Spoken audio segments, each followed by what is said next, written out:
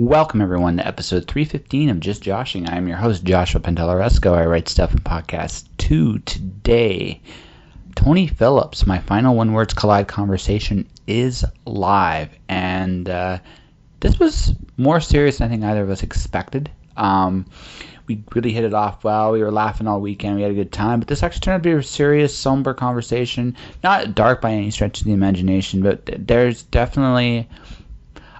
As silly as Tony can be, his seriousness is definitely well thought out, and there's a profoundness to him, and I enjoyed it very much. Before we get there, though, I promised there'd be a smile on this podcast, and I meant it literally. So I interviewed Sofia Evangelina about 2 years ago now. No, a little less than that, about a year and a half ago, and she still released an album. She's about to turn 18. And she just released a single for Christmas called Smile. So you can get it now. It's out now. And she very kindly let me play it for the podcast. So without further ado, here it is.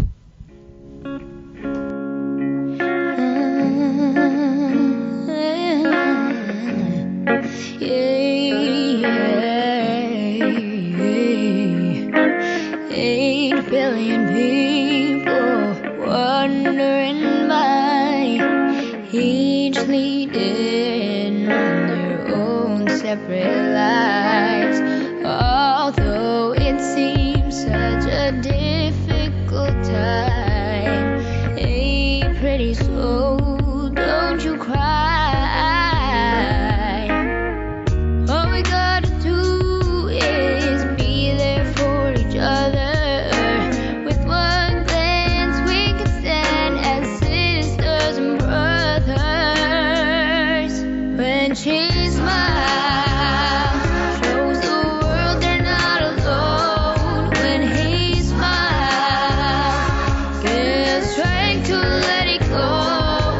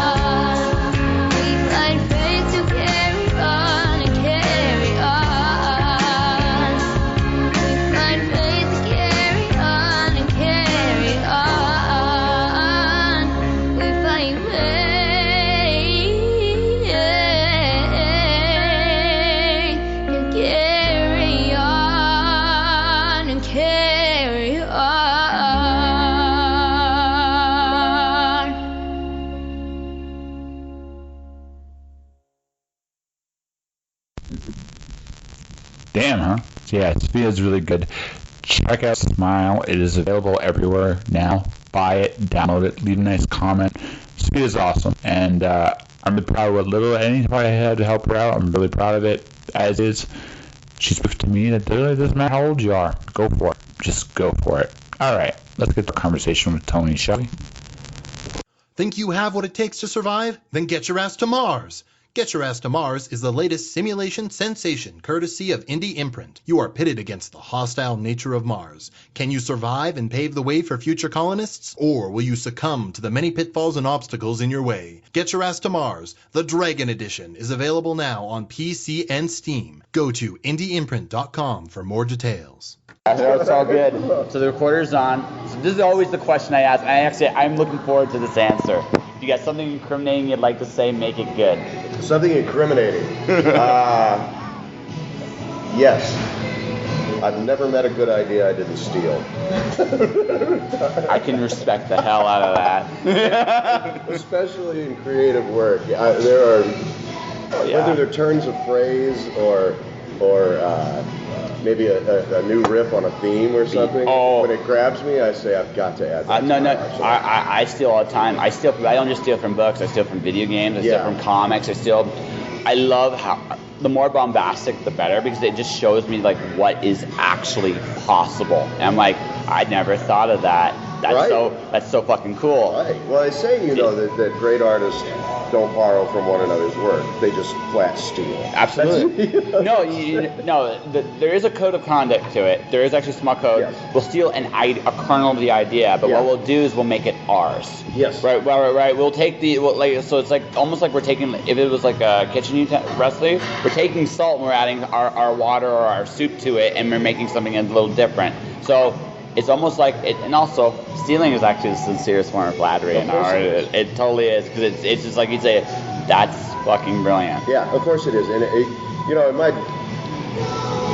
in my mainstream professional life, I write grant proposals and contract seeking for nonprofit organizations, and that's one of the few written forms in which plagiarism is not only allowed, it's encouraged. Yes. You're writing archival material.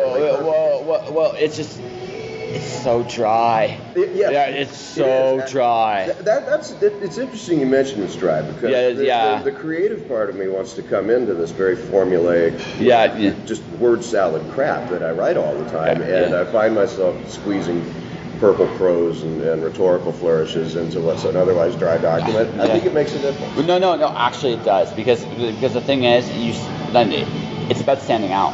Something I actually learned. It's also about respecting your readers. Nobody wants to read dry crap. No, exactly. Yeah. No, absolutely. Like some people just don't write well, and some of those and that formula stuff is good. And it might not be your strength, and if that's not your strength, you stick within the formula, because at least it gives you a guide. You can at least make something competent that way, if nothing else, right? I tell organizations when I'm kind of teaching grant writing that. There are a couple of essential criteria. One, know your subject matter. Yeah. And two, we're writing term papers here. Answer the questions. Yeah. Make sure you're fully responsive. But then, third, although you're being scored objectively, readers are human beings. If they enjoyed reading it, you're getting an extra point. Yeah. It's totally true. I think it's interesting to me because I saw so many different books this weekend. Mm-hmm. All walks of life, all cool genres, and for me it was like, how the heck do I get it to stand out? Sad part is like, okay, so I'm afraid of Miss Hawker books because they know me. Uh-huh. It's like, I have a book for you. Oh no, you have a book for me? What kind of book? That's not. Don't look at the book. Don't look at the book. And you look at the book. It's like, damn. But for most people, especially independent people, the biggest challenge they have is standing out. Sure. That is totally the biggest challenge they have, because I look at them and I watch them. Well, are there gimmicks? Oh no, sometimes. Yeah. Oh, sometimes. Yeah, sometimes. Sorry, did you have a chance to look at the menu? I did. We're both going to do the same thing: salt and pepper wings. Okay. Yeah. Perfect. Yeah. But it's just one of those. It's one of those things where I just look at it, it's like, I look at covers, I look at design, I look at like, and I do look at these things when I look at it, because Well, Josh, somebody said to me, talking about book covers, the old the old saw that you can't judge a book by its cover. Well, I can say that's a really ugly book. Yes. Right? And because something has to compel that first read, to pick it up and look at the first page. Writing's unlike any other art form in this one sense. You have to actually persuade someone to spend their time with you. That's right. Whereas a picture, an artist, an illustrator, and like even a comic book, right, or even a storyboard from a screenplay, you can see, you have an idea. Throw these right here just to save you a little bit. No worries.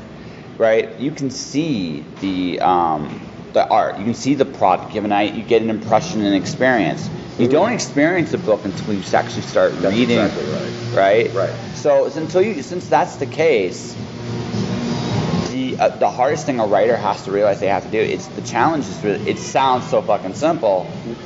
Yeah, right. Like you said, I mean, reading is unlike other art appreciation, requires activity. I can passively imbibe multimedia on the screen, but it requires an act on my part to read the book. Yeah. And part of why I want to do that often is because I want to read that author. I want to spend virtual time with that person. Yeah. Totally.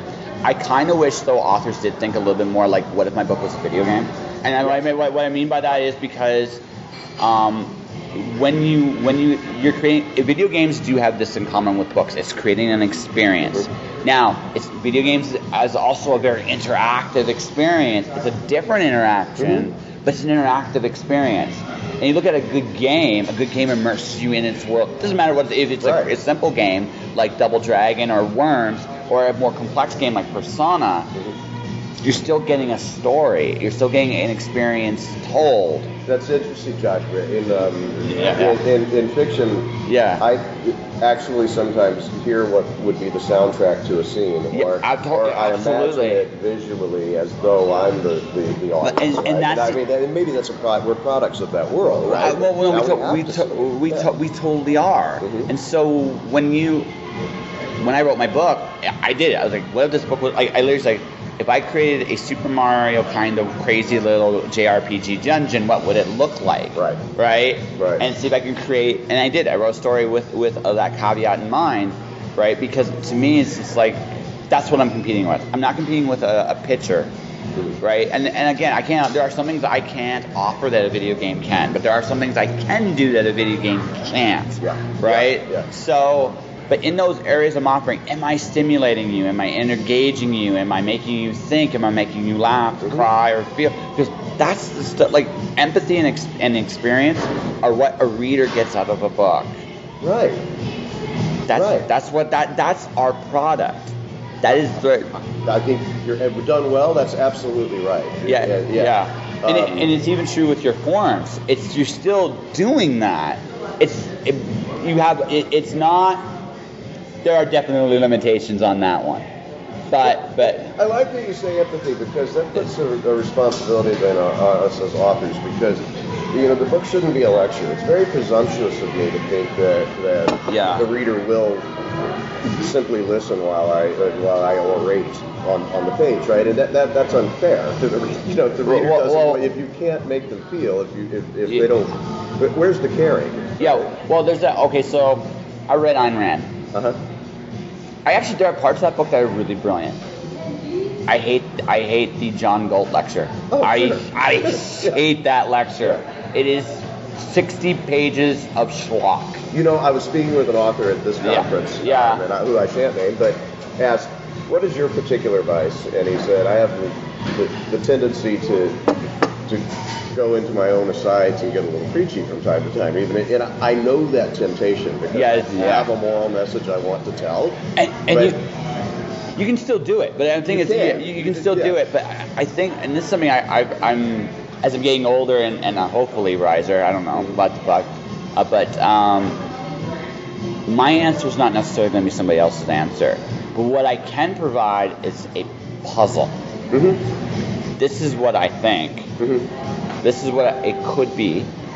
This is where I might be right. This is where I might be wrong. Because that's what good science fiction does. It is, but it posits. And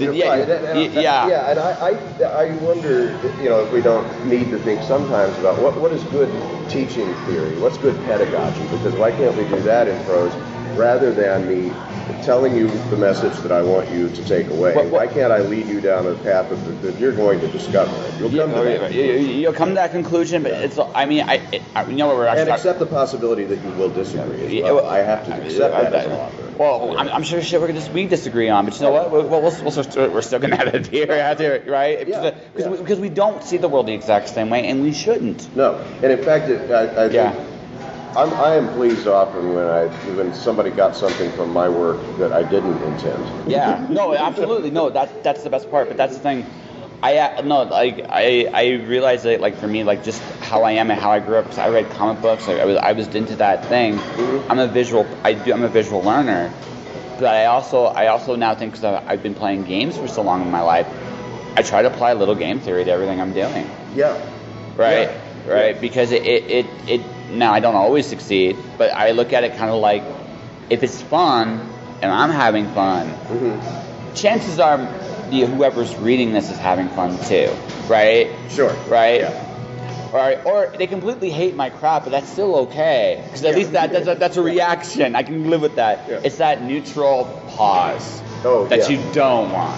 Yeah, the opposite of love isn't hate, it's indifference. Yes. And please don't let me do something that lays flat. Yeah. If it provokes a response, then it's accomplished its purpose. Right? Yeah, exactly. And you were playing with that all weekend long. Yes, I kind of was. You asked me about that. I did. No, I did. It was because I got you were busting people's balls in really, really creative ways, and it was like, okay, all right, it's my turn to bust you. Sure. Yeah. I bring with me a little bit of scoundreliness anytime I come to your country, actually, because I can begin with the trope of, Americans are assholes. Right? Yes, absolutely. Sometimes, right? Yeah, sometimes for sure. But I'm free to be absurd thereby, and I find that the Canadian acceptance of that trope kind of lets me play with it a little bit, and people get it. They're in on the joke. Yeah, absolutely. It's self-referential. It's deprecating. It's amusing, but the interesting thing about it, the thing I actually really dig about it, is because generally speaking, Canadians are exceptionally polite, and no one's going to tell you to go fuck yourself. Right? No one's going to do that here unless you really hit some buttons. Now, here's the deal: you piss somebody off up here, you really piss somebody off up here, right? Yeah. And that's just the way it is, right? But up until that point, we're never going to say anything. Yeah, I enjoy. Yeah. I enjoy norm preaching and seeing it initially the look of shock and horror in the face until they realize it's a joke, right? So that's absurd humor, right? And Calgary in particular is this wonderful community that accepts that. There is an Americanness about Alberta. The enormity of the place is part of it. Its history is part of it. It is actually, in my opinion, this is somebody that's lived in Windsor, Ontario, right? The most Americanized province in the country by I say far. That Alberta is the Texas of Canada. You're not wrong. Yeah. I would actually say a combination of Texas, Arizona, mm-hmm. and just a touch of Nevada. Yeah. It's westernness, I guess. Again, I mean, the monumental scale of things here is part of it. It kind of it puts the individual in perspective. Yeah. That we're all. Yes, we're ruggedly individual as Westerners, but we're also humble about our place. That the world is bigger than us. And you know what? And we have a fleeting moment and a fleeting scale on And here's the interesting part about that, especially from your part. But people don't think about that when they go to Texas or Arizona, right? That perspective that isn't there. Actually, it is. It just you guys just don't care, and not like you're gonna do your thing. Yeah. I still think one of my favorite things. I was walking in Phoenix, right, and I was watching at traffic light stop. So I see this motorcycle. That guy has no freaking helmet on. Goes like he literally skid all the way to the nowhere else. Right. You'd see that. Yeah. Right. But there you do. And it's like this is like the craziest place I've ever been in my life. My friend Jim Jackson, you know well, and he and I have talked often a bit. There's one essential Americanism that makes this very small difference between our two cultures still a gulf of difference. And I've thought about it, and I don't know if this is right, but it seems to me that Americans are essentially unembarrassable. You think there's a humility, that the high crime and courtesy of Canadianness that does not want to stand out, the individual doesn't call attention to oneself, and this loudness and brashness that's typical of us has to do with it. I think that I could be a mockery and still not embarrassed. Now maybe that's just me. Actually, it's I'm remembering this in my head a little bit because. Well, and bear in mind, you did succeed in embarrassing me this week. Yes. And I didn't even mean to. That was that was the best part. I was like, I didn't mean to. I did like I'm not going to mention what we talked about, but last night she actually she started telling me all kinds of other things. She goes, I don't know why I'm telling you this. I don't know you, right? And I'm telling you all this, and I do that to people. Well, as an interviewer, you do that, and because, in fact, that's even the wrong term, because you don't interview.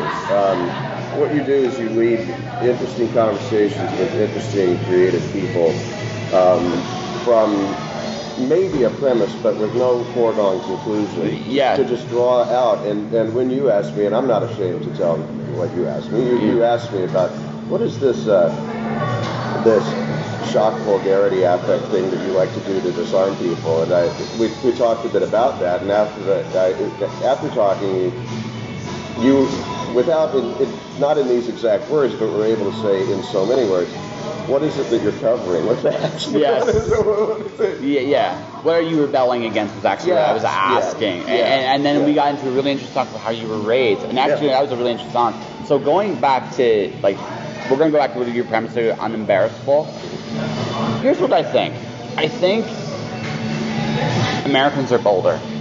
I'm not saying unembarrassable, but Americans are bolder because you guys are taught to just be yourselves. And in one very, very honest way, you guys are more comfortable in your own skin than just about anybody else on the planet. And on one level, that actually should be admired because you're you, and you're unabashedly you. Where it's a failing, right? You don't take a minute and think, what if, like, around you, right? Do I really need to be this obnoxious? I think that's it. I get you. Right. However, and I want to make because of the time we're living through, because of the tumult and the open season on hate and everything else that emanates from the South. I want to hasten to add, though, that it's probably unfair of me to be saying American because by that I mean a stereotype. Because that is not true for probably a majority of Americans whose voices are marginalized and whose histories and cultures and heritages and are not as empowered as mine. And so it's only from a position of complete privilege that I can say that and define and use myself as the defining American, which is something else we've been talking about recently, that American is not an analogous term to Chinese or German. No, American is inclusive in a way that Canadianness is, and that lives and resounds with you much more strongly than we do. We're struggling in my country to come to terms with the fact that I am not the archetypal American. I think this is, like, if you want to talk about, like, the big scope of what I think is going on in the United States, you guys need to change, and a whole bunch of you don't want to, and are scared of it. And I am hopeful that this is the death throes of a reactionary dying.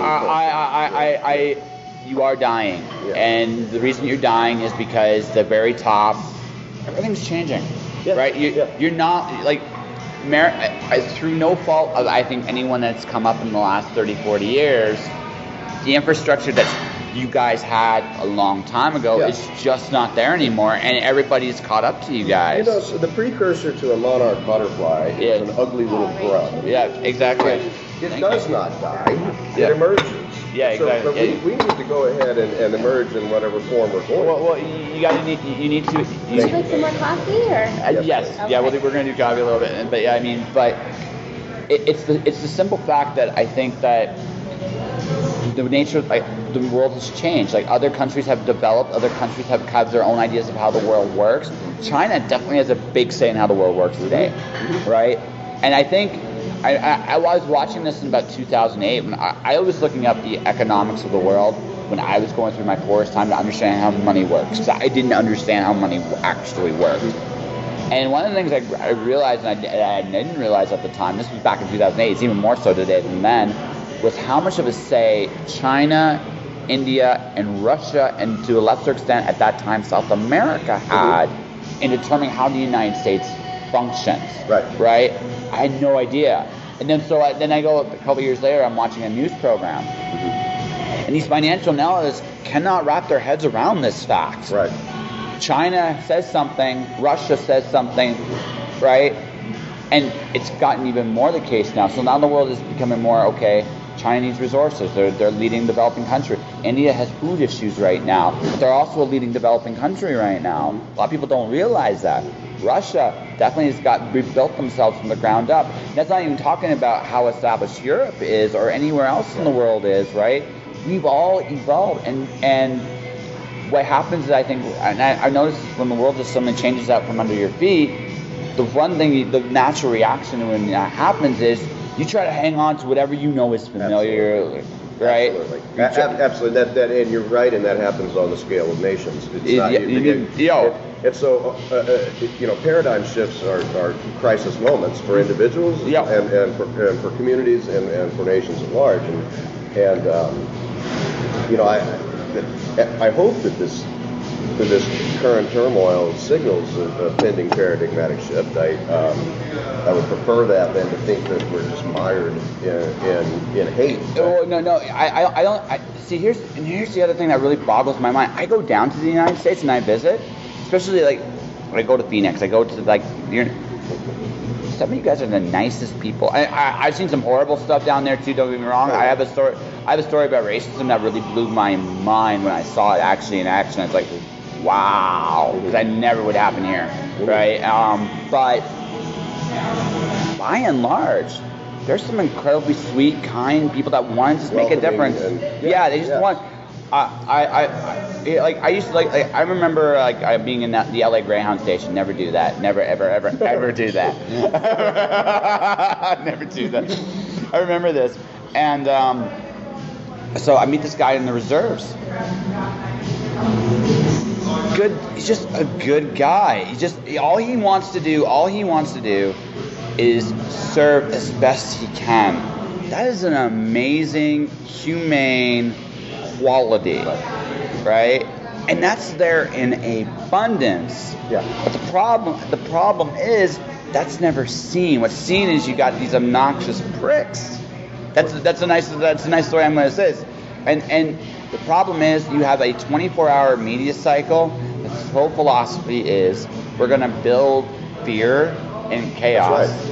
That's right. And the more shocking, the better. Yeah. And consequently, the ugly news sells and continues to divide us into these two camps where we get stuck in our own echo chambers. Now,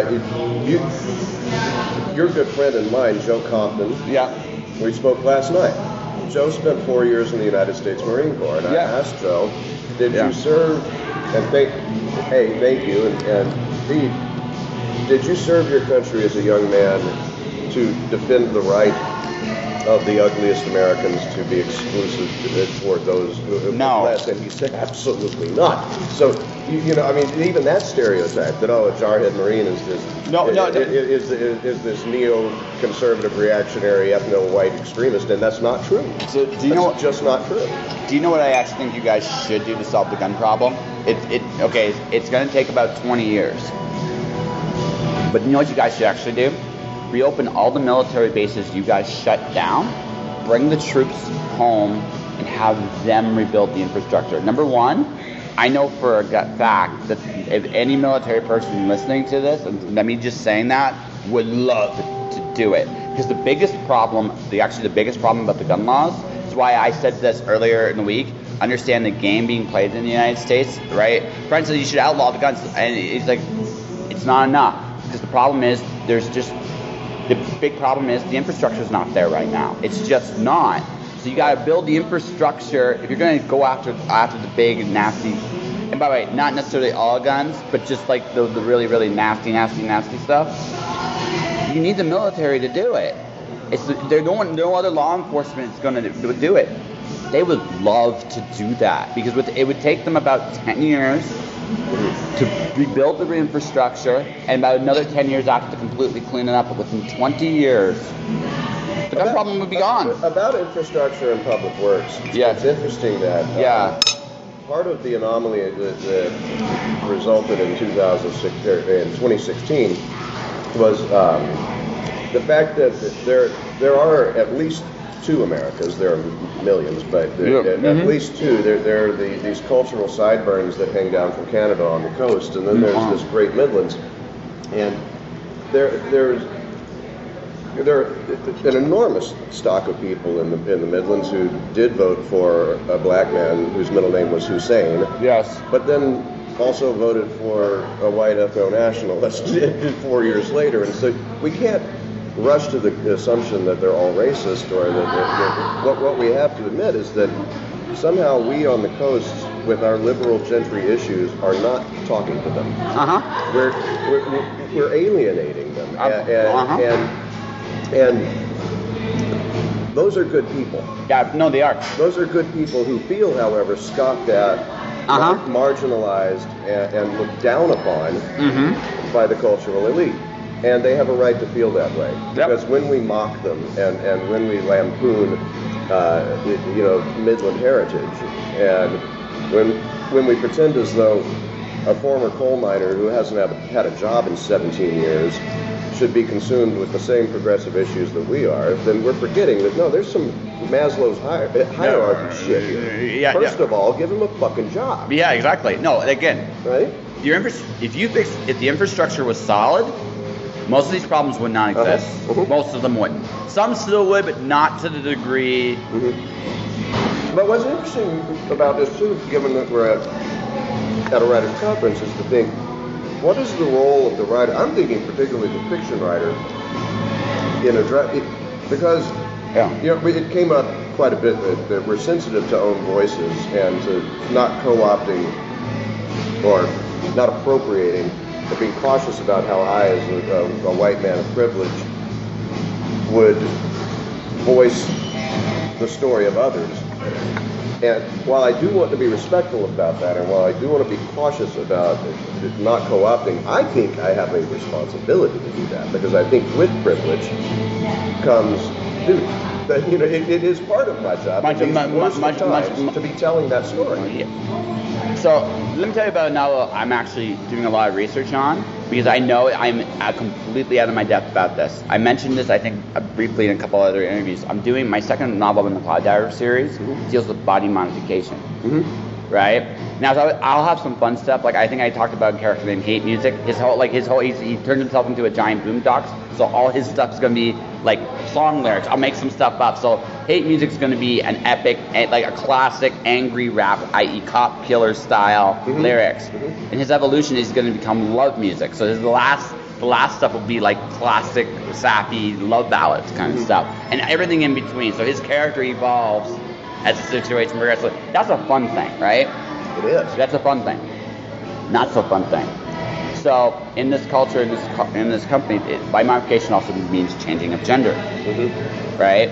So, that means it's not a trans novel, but there are trans issues in here. Do you have it? So give yourself permission. No.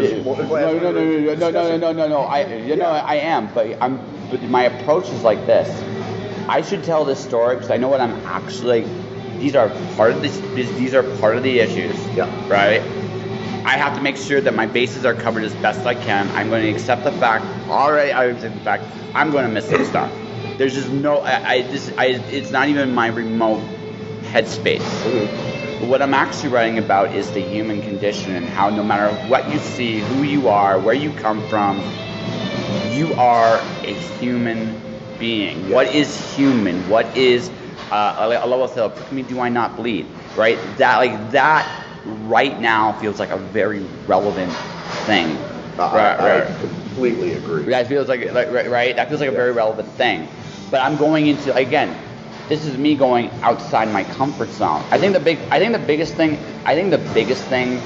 as a writer, the biggest challenge when you deal with issues that you're not familiar with is you cannot afford to let yourself be ignorant of them anymore. At this point, you have to actually go, okay, how does this actually work? Right? How does this actually work? Now, you might be able to make some caveats because this is the nature of it's like I'm writing a science fiction story. Mm-hmm. So I might come up with some stuff that's brand new, right? The fact that there's, like, for example, I'll have a drug that changes genders for a short period of time, right? Yeah. That's a science fiction story. I can do that, but that doesn't necessarily mean, right? Mm-hmm. I can skirt the issues that even if it is just a temporary thing, the issues of what that can create, the issues that can cause, right? Being uncomfortable in your own skin. There are a lot of people that feel that way on some level or another. I cannot be ignorant of this. Absolutely. Right? Yeah. So I can cheat a little bit. Yeah. Right? But I don't... you cannot afford ignorance anymore. We can't as citizens, as people, in a civilized world. My youngest stepson is transgender and biracial. And being his stepfather as a cis white man has forced me to think a whole lot about what I always took for granted in a way that was hurtful and exclusive to those who are non-conforming. And gender is a really fascinating case because non-conformity seems actually to be the norm. We have forced upon ourselves these gender roles and expectations and stereotypes, and none of those, I think, are. There is no gender typical, and it's constraining. It is, and I mean, it was like for me, like this. I'm going to be openly admit this. I really don't understand. Like one day, like this is the part of me where I understand the cling to whatever's familiar part, and this is something I've had to evolve over time. I woke up one day and all of a sudden this was all around me. It's like, what the heck happened? Right? It's like my cloud of ignorance just got burst, and an actual reaction when we do that is, oh shit. Right. And that's the natural. That was just my reaction. Right. The reason why my viewpoints were allowed to revolve is I actually gave myself time. It's like, okay, you know what? I don't know anything. I didn't get to that conclusion overnight, but I got there. It's like I really just don't know anything. Right? That can either be a threatening and scary experience, or looked at correctly, it can be a really refreshing experience. To emerge with the innocence of a child in ignorance and say, look at all that I get to learn, that's a really exciting time. It's also a humbling time. Yes, it is. It's a very humbling time. It's a very, very humbling time. And that's the other thing, too.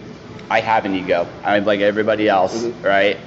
And you have to learn, very, very, very... I'm actually thinking about writing like an extra aside, because the other thing, I was born...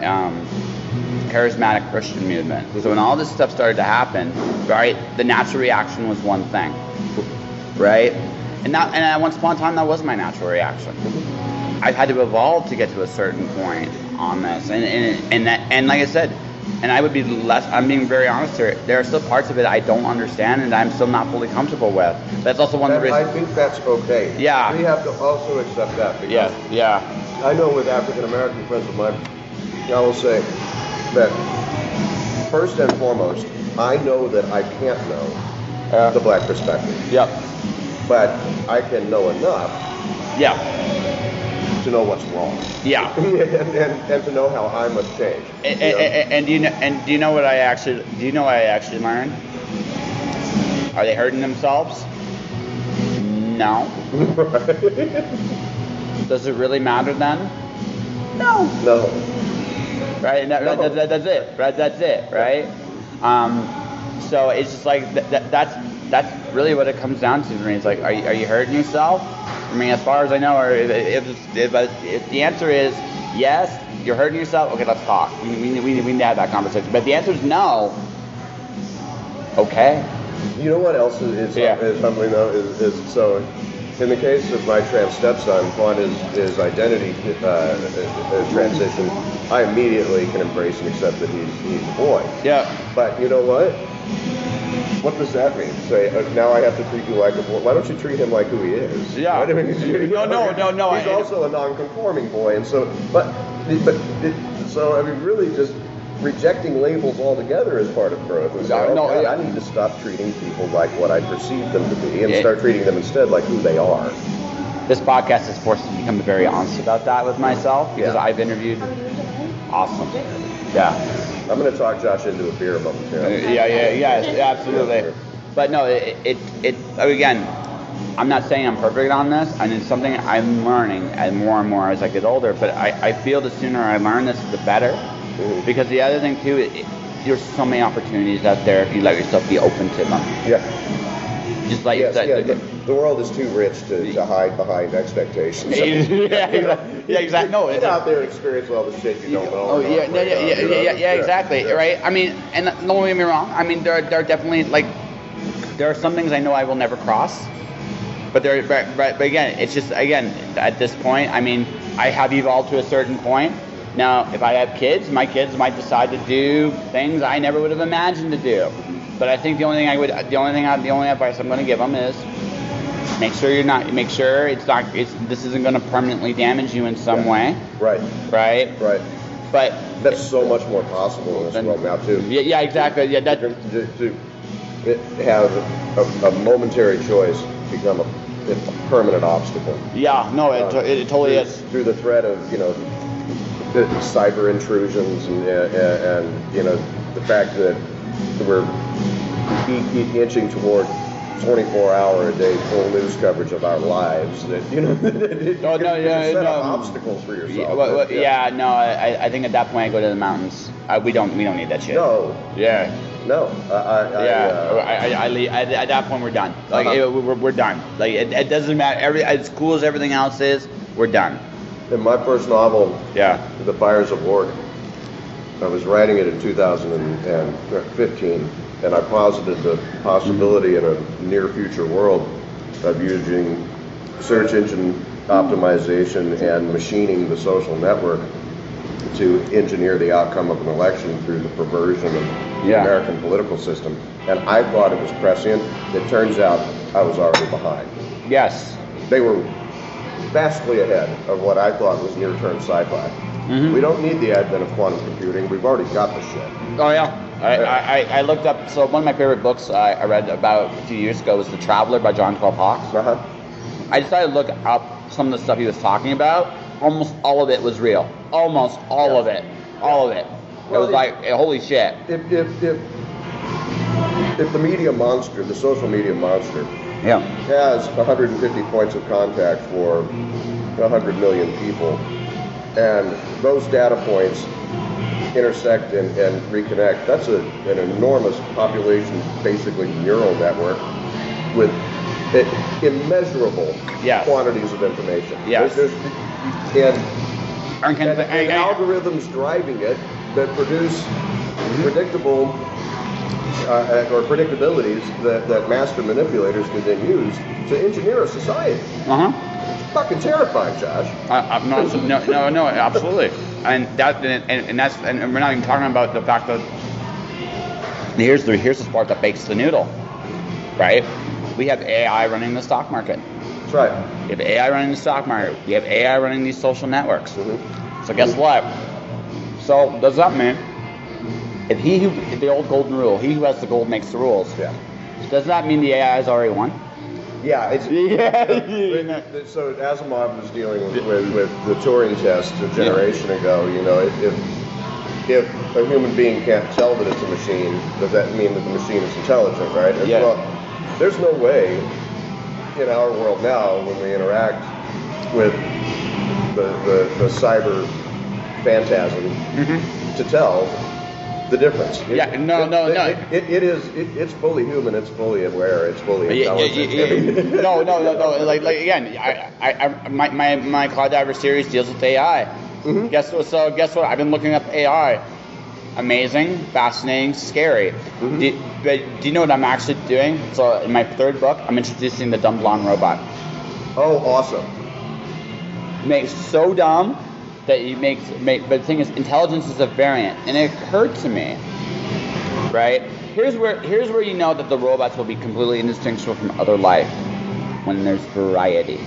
Yes. When there's variety. That's a very good insight. Yeah, when there's variety. Yeah, because when there's variety, that is when it's a life form that will progress down its own path. Yeah. Now, as long as they are perfectly intelligent and all identical, then we don't have a species, right? Right. The species vary. Yeah, exactly. No, species vary, Right. And there's a reason for that, because in nature, if there's something that attacks you, the variants that survive thrive, and then it becomes a new variant altogether, right? That's how, right? A new variant altogether, right. And another attack, whatever variant survives there, so it gets stronger and stronger. And the question of recognition there is very interesting, because within our species, you and I are of roughly similar statures. We're more or less the same weight and mass. We're the same color. And so, to a non-human, we would be very indistinguishable. Yeah. Amongst ourselves, no human being would mistake me for you, or the other way around, despite the fact of our similarity. Yeah.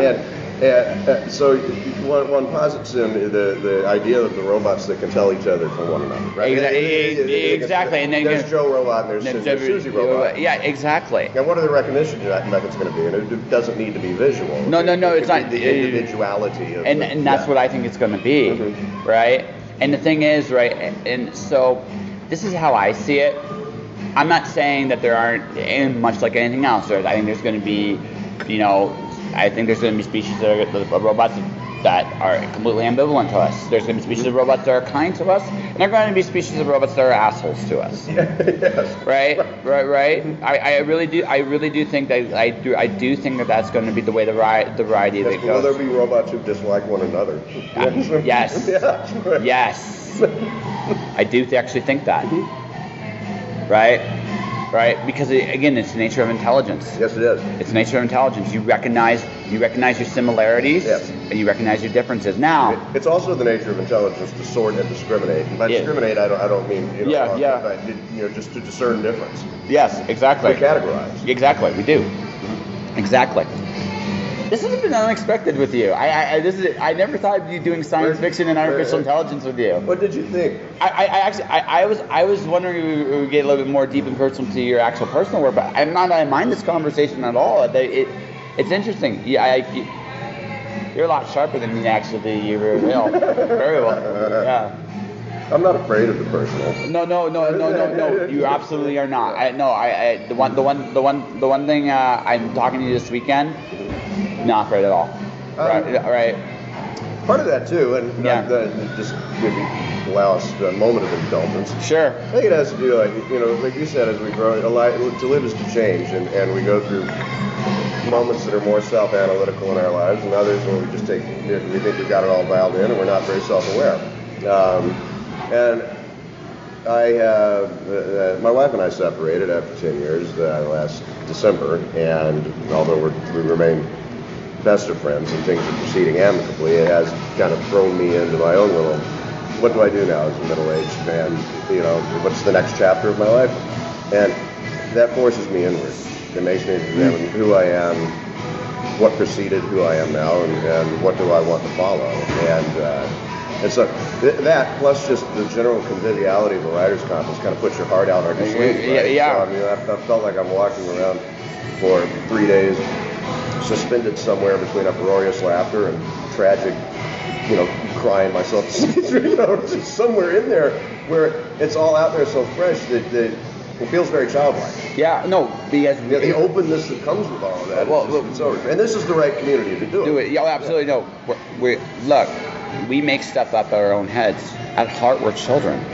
At heart, we're children. Right. And so... And in isolation, the stories I tell myself about myself are the worst. Absolutely. But here, you can be your best. Yes. And I can accept your opinion of me much better than my own. Exactly. Exactly. Because frankly, it's kinder. Yes, and to be fair, more objective. Sure. More objective. Sure. I'm a lot meaner to myself than you guys will ever hope to be. Ever hope to be with me, and vice versa. Sometimes we need that because it pushes us to be better. But there's such a line with that. It's terrifying. Isn't that just? Yeah. That's one of the main features of the creative community is that artists are so much harder on themselves than anyone else is on them, both in terms of their creation, but also I think just existentially. Yeah. There's something about this inner critic that drives us to create in the first place that's never satisfied. No. I'm never going to be good enough for me. but that's good. But it pushes you to do some amazing things. Sure. You know what I did this weekend with a lot of the locals in Calgary, right? Mm-hmm. I thanked them personally. Mm-hmm. Yeah, you know what the cool thing about that was? I could see how much it touched the majority of them because it never. There were people at your podcast, When Words Collide, who I think are kind of hard-bitten, cynical, curmudgeonly folk who were very disarmed by your genuine, open, complimentary, welcoming embrace and celebration of what they do because they didn't really know what to do with that feeling. They're so accustomed to being hard-shelled and shut off from that they were overcome with gratitude. Yeah, I know Jim. I know Jim especially. That hit him really hard. Yeah, it hit him really, really hard. He did not realize. He has said to me that it's the moment he takes away from this conference. Because he's an incredible storyteller, he's an incredible storyteller, and he doesn't give himself enough credit for it. Yeah. And he's legitimate, man. I first knew Jim as an educator. He and I were both teaching universities. And it does not shock me at all. We're both teaching universities in China, and sometimes at Jim's workshops, if you look, you can see that he's a brilliant teacher. Because that's what he's doing. He's using a participatory method to engage the mind. But he not only is a great storyteller, he's a great theorist about how stories work. And he's bringing all of this craft into the. He's one of the best, in terms of story construction. Yeah. He's one of the best I've ever seen. He understands how a story works better than almost anybody I know. And as he has made me aware that the story has a function. There's such thing as what is the role of the story? What is its job in a society? Yes. And what does it do? And how does it not only how does it work, but why does it work? Mm-hmm. And to what end? There's something evolutionary about the hardwired in us to use narrative for a lot of purposes. Some of which are simply to amuse and divert. Absolutely. Life's fucking hard. But let's sit around the fire and enjoy it. So at my work, I came up with a story that was just to pass the time of a drunken pirate gets swallowed by a whale, and they make a deal to steal pirate ship for champagne, just for fucking my own amusement, my own amusement. Mm-hmm. And I told the story out loud because, again, at my day job, I've become the least stressful person at my day job because I really don't care what happens to it, right? Right. I do my job the best I can. I deal with those stresses that come with that, and that's it. Mm-hmm. I don't worry about anything else. And because of that, I have the freedom just to completely BS with myself, and I have a blah. And that's how I keep myself sane while I'm still there. But also just, it's fucking fun. Yeah. It's so much fun to do. Come up. I mean, seriously, I never would have thought that a drunken whale and right. And eventually, there's a glorified aiming. It has to take place in the ocean where the whale has to make as a problem. Right. That's a great story. Yeah, it's a fun little story, right? Mm-hmm. So, but it's one of those things where it's just I did it because I was bored. Yeah. I didn't do it for any other reason other than I needed to amuse myself to pass the time. We need to be amused. If you look at the what was the Hollywood of the Great Depression? It was very light, very uplifting, very positive little stories. There was song and dance there because at that moment that served a purpose. You needed to keep people alive. You needed to have something to go on for. And so while I think we were talking earlier that we have a responsibility perhaps as writers to be dealing with some really heavy shit, we also might have a need for the artist to just lighten it the fuck up. So did you love my suit sock? Yes. And see, and that's where in 5 minutes 3 or 4 creative artists sitting together can take a known trope and make something brand new out of it for the sake of nothing but hilarity. Yeah, and that was the whole point. No, it doesn't, just sheer hilarity. Yeah. And that was very freeing. Everybody needs it. We don't have to be happy all the time. No, exactly. No, and especially in a conference like this, they actually need something like that on a Friday too. Mm-hmm. Friday and Saturday need it. Sunday doesn't. Doesn't. Everybody's tired, and honestly, it's the end of the show. But Friday and Saturday, if you did something like 6 o'clock, right before dinner, after the first day, everybody just gets acclimated, resets, do the night events. You actually have more energy for the night events. Well, I'll divulge a not very well kept secret about When Words Collide for those who don't attend. Evidently, as is tradition, Saturday night, following the final panel, gives way to the construction of a fort out of chairs and tablecloths in one of the hotel conference rooms. Yes, it does. And as a matter of fact, that occasion, which involved a whole bunch of writers sitting like children under a chair fort. Absolutely. I committed a bit of a calamity this year. It was you were trying to get out. It's squeezing under the fort. See, now here's the thing: 2-story chair fort construction is not structurally sound. That's a bad idea. But I went and injured one of my colleagues. Yeah, she's fine. I know she is. Yeah, she's fine. She's fine. I told her afterwards because she was talking about a perfect date. So I disarmed her a little bit with compliments too earlier. Yeah, it's like, man, I'm having this really good day of people coming up and being nice to me. All of a sudden, it's like it was like the universe was granting her a wish. A little bit of bad karma to go with all the good stuff, and she knows that she is. She deserves all the good karma she got. She busted her ass, right? Yeah. But it was just like I thought about that. I didn't say it at the time because again, when you take a hit like that, you're more. Are you okay? Are you okay? Yes, that's more the thing, right? Yeah. But here's the thing, right? You have grown people getting it. So one of my favorite quotes is from Lauren Williamson. It's not our darkness, but our light that terrifies us the most. The part that I really love in that is we should shine like children do. And Saturday night, everyone there shines like children do, and it's amazing to see. And then at that moment, there's no armor, there's no BS. Yeah. Right. There's no BS. It's just people having a good time. And if you're playing in a fort, you're a child. I don't care how old you are. Yeah. It brings it out of you. Yeah. And you're right. We're afraid of the lightness in us sometimes. No, we are. Very much. I know that in my personal life over these past 6 months, I've coped by wearing the mask of that you saw. You're busting people's balls, aren't you, Tony? And because that's how I survived. Not allowing myself though to I do have a light inside. There's an ebullience in me. I want to be that exuberant Tony because that's who I should be. But the thing is, it's okay to be a little bit of an asshole too. Sometimes it's fun. Yeah, sometimes right. And actually, we do need it because here's the thing too, right? And I talked about this with Kat. Your ego protects you. Mm-hmm. All right, it does protect you, and you do need we are in a ruthless business. We would like for all the fun thing we talk about, we are in a ruthless business, and if you don't have a little, here's the thing I do love. This is the thing about living in the States. It actually taught me how to be ruthless.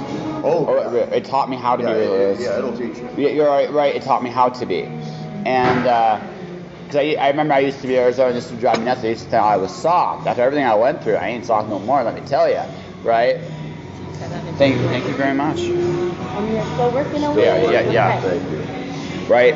The thing, I'm nice and I'm kind, but I definitely do have it in me to be a complete asshole. I do have it, and I'm glad I can be because there are times I need it. And also, and also here's the other thing. As much as I love being a nice guy, I don't want to be nice all the time. No. I don't. And I mean, that's tiring. No, it really is, right? And I love it when I have a friend. I mean, that's one good thing about having good buddies. You can be a bit of a dick with them, right? Because you're in the environment where you can be a dick with them. One of my a quote I go to often when Darcy Thompson in 1917 said about the nature of change, everything is how it is because it got that way. Yeah. And so, whether we call it the ego or the public self or whatever hat we happen to wear, it is adaptive. It exists for a reason. It's not only kept us alive this long, but it's also presumably served a purpose to our advantage, or else we would switch. Now, the thing is, we often get stuck in whatever that hat is, and it's only the time that we begin to outgrow it that it causes this paradigm crisis within us, where we say, fuck, the way I've been no longer suits my goals and needs, so I have to be something else. Yeah, and you have to permit yourself to redefine yourself. Yeah, we have the right to do that. Absolutely. I mean, that's why I'm going to BC. I need to redefine myself a little bit, right? Yeah. I just need to, and I hit a point. I mean, I am going to miss this community. I know I'm going to miss it big time when I go, but I also know, like, for me, I've evolved in such a way that I need to see where that evolution takes me. Mm-hmm. Now, whether I go somewhere, I get my whatever, I need to see it through.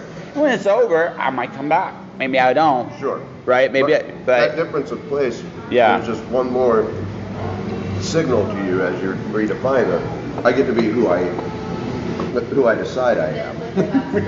Not everything I've always been, and not what anyone presumes. But yeah, exactly. This is who I am. Yeah, and that's it. I mean, we all have the right to be ourselves. Yeah. And I think that the biggest challenge in our life is finding who we are.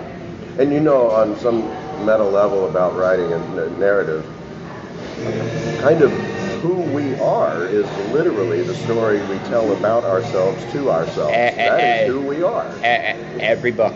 Uh-huh. Mm-hmm. And if you're really good at it, I find it's when you're actually at your most personal. Mm-hmm. Yes. It's when you're really good at it, it's when you're at your most personal. Yeah. I that was my advice to Joe. I love his show.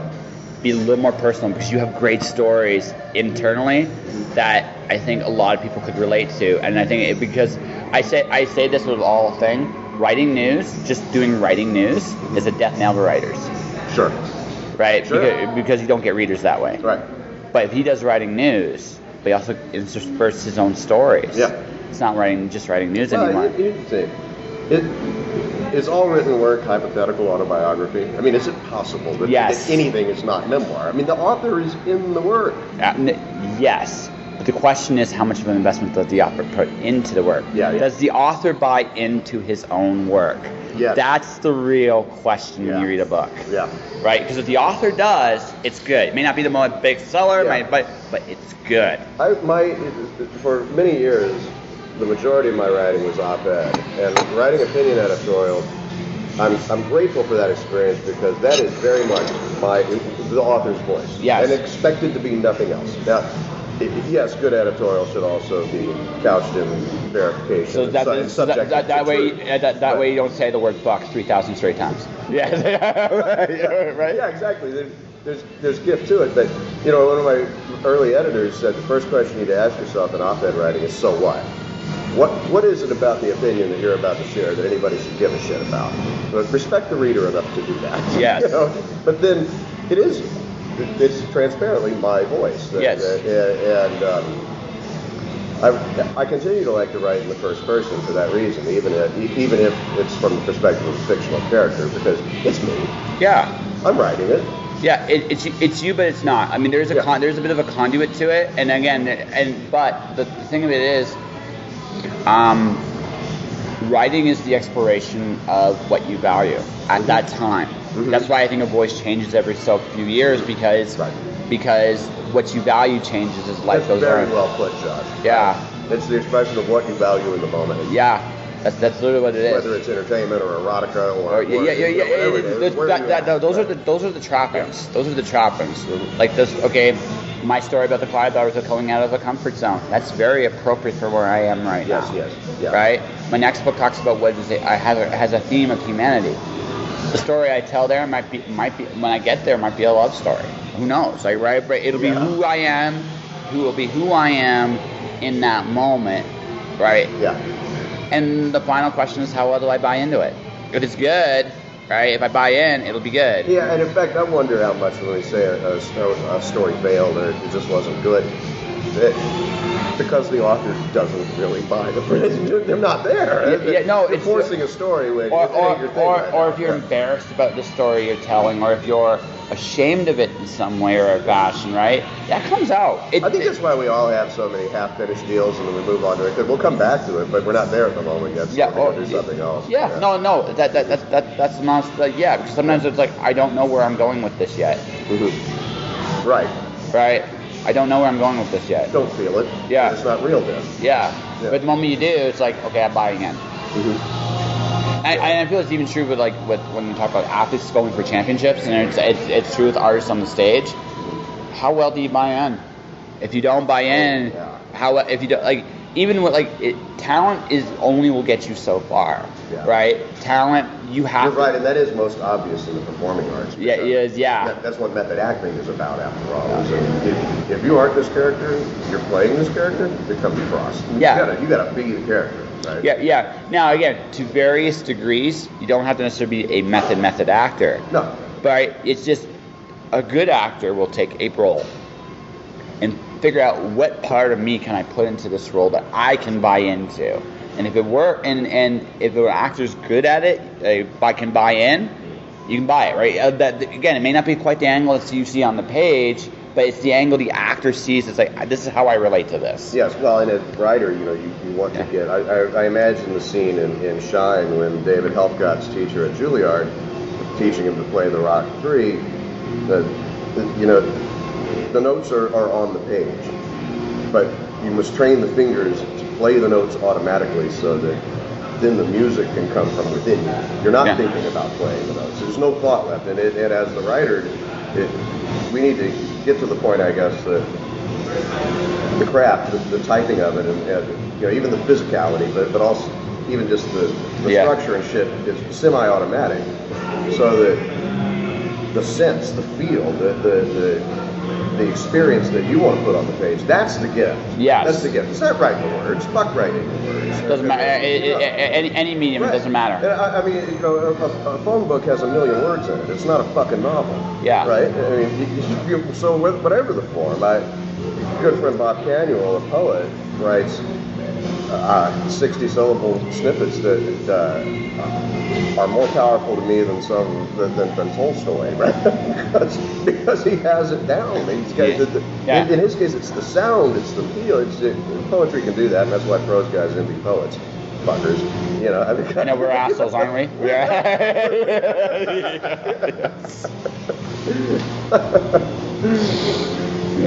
This has been quite a bit different than I thought. No, but still very enjoyable. So enjoyable. Yeah. I do think for the purposes of the podcast officially, we probably should call it here, because we definitely have enough material. Oh yeah, absolutely. So how about we do this? You plug your most recent release, how people can find you, and then go from there.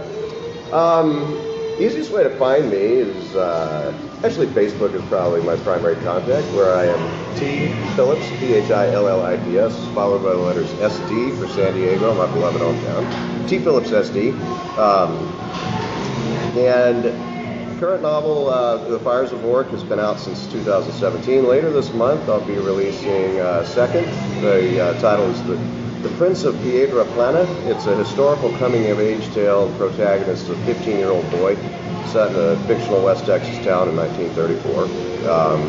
That's the vernacular that's closest to me. I grew up with those voices, with a Texan father and an Oklahoman mother, and the sounds and music of that language it's been rewarding to write. It's been a lot of fun. It sounds really good. I actually do want to read that. All right, I'll give you 1 second here. This episode of Just Joshing is sponsored by Indie Imprint. Indie Imprint supports creators by creators. Whether you are writing a book or creating a video game, Indie Imprint works with its clients to produce, edit, and present their projects to the world. For more information, check out their website at www.indieimprint.com. And that was my conversation with Tony Phillips. The Prince of Piedra Plana, A West Texas Tale, is available now wherever books are sold. go buy a book, leave a review, let Tony know that it's awesome because it's awesome, much like he was awesome. And Tony, thanks for being on my show. You're welcome back anytime you want. You are truly a pleasure to meet and get to know in person. And that leaves, kind of what you've seen in this episode. I can honestly say the podcast has evolved quite a bit. I mean, I have sponsored messages.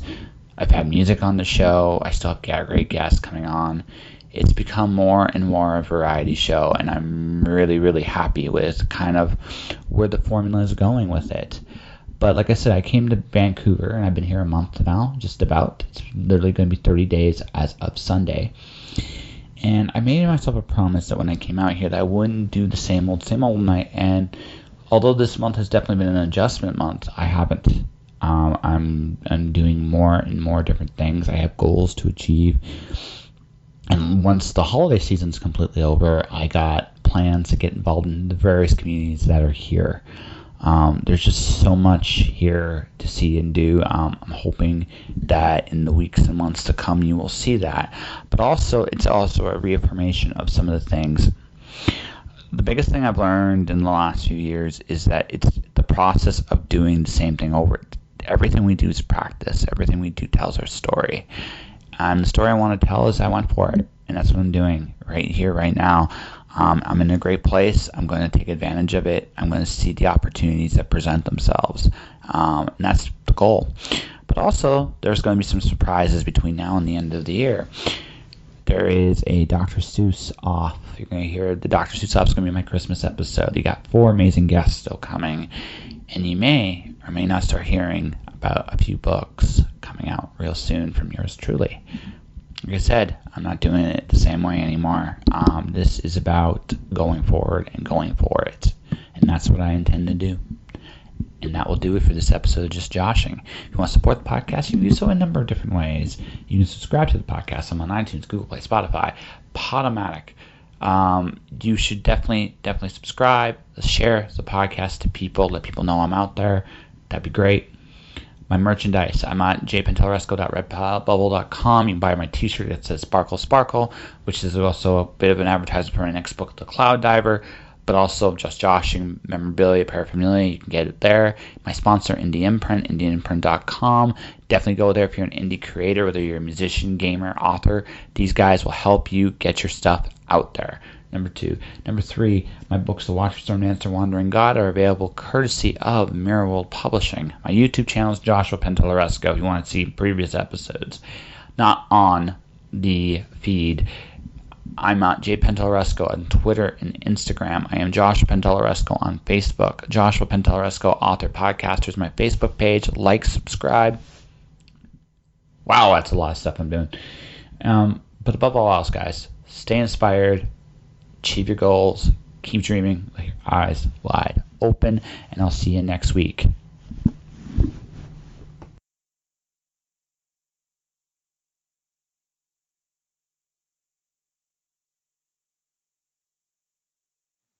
Josh.